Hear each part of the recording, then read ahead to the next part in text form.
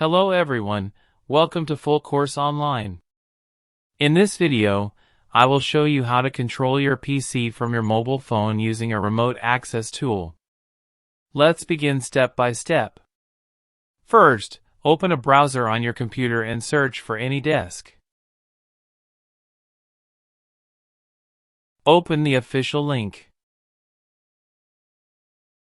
Click on the download button to download the free version. Once downloaded, open the location to install the application.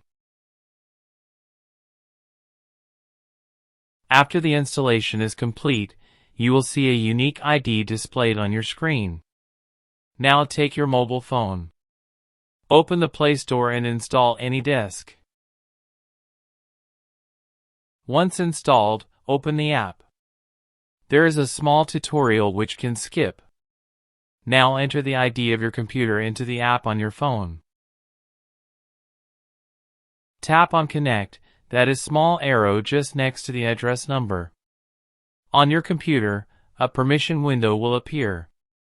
Click Accept. Now your phone is connected to your computer.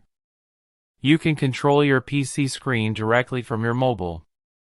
You can open files, move the mouse, and even type using your phone. This is very useful for remote access and troubleshooting.